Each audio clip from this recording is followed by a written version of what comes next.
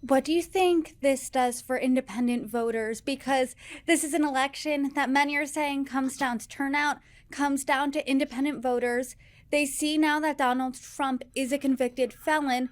Is this changing hearts and minds so much that this is the issue that they will cast their vote on, or is this just a piece in a larger puzzle?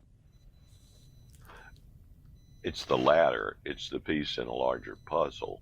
But I think it's an important piece for the Democrats who, until now, excuse me, until now, had only one issue, which was abortion. This gives them a second issue, and they will run with it until the election. There won't be time, excuse me, there won't be time, I think, for any appeal to go forward to a conclusion. The Trump team will make the appeal.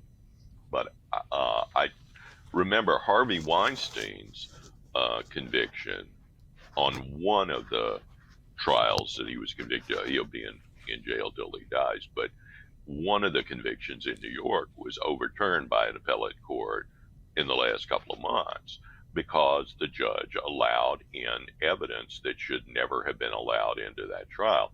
And there are a number of potentially reversible errors, according to lawyers who seem to know the case. I'm not a lawyer, but they say there were all kinds of things that were allowed in and testimony that should never have been given. It seemed to me from the outside that the judge was part of the prosecution team. It was just not a fair-minded judge.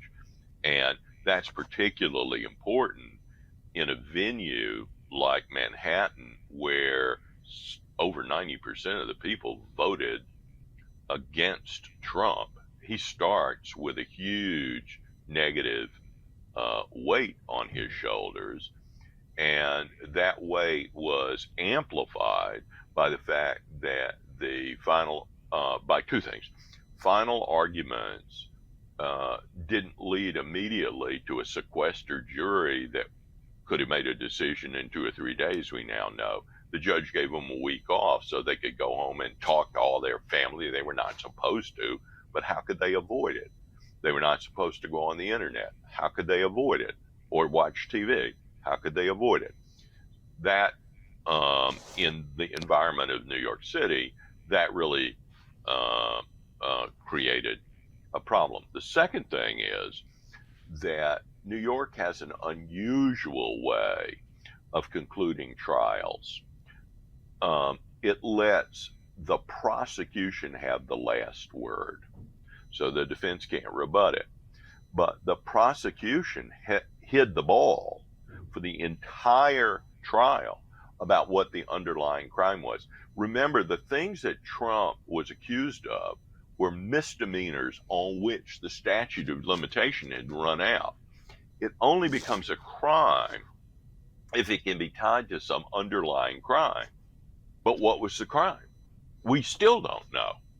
The prosecution, in the final summation, hinted that it was, and more than hinted, that it was election interference. But they didn't really present any evidence. They're not supposed to testify. They didn't present any real evidence that that's what it was. And the judge prevented the defense from calling what's probably the world's greatest expert on U.S. election law on the Trump side to say no. He didn't, this isn't an election law violation. Judge blocked that for reasons that are still unclear. And so I think there's going to be a real question here about whether this was a fair trial and whether it'll be overturned on appeal. What you're talking about, those jury instructions, they did cause a big stir on social media, but that is New York law, that the jury can come to a different conclusion that isn't special for Trump. But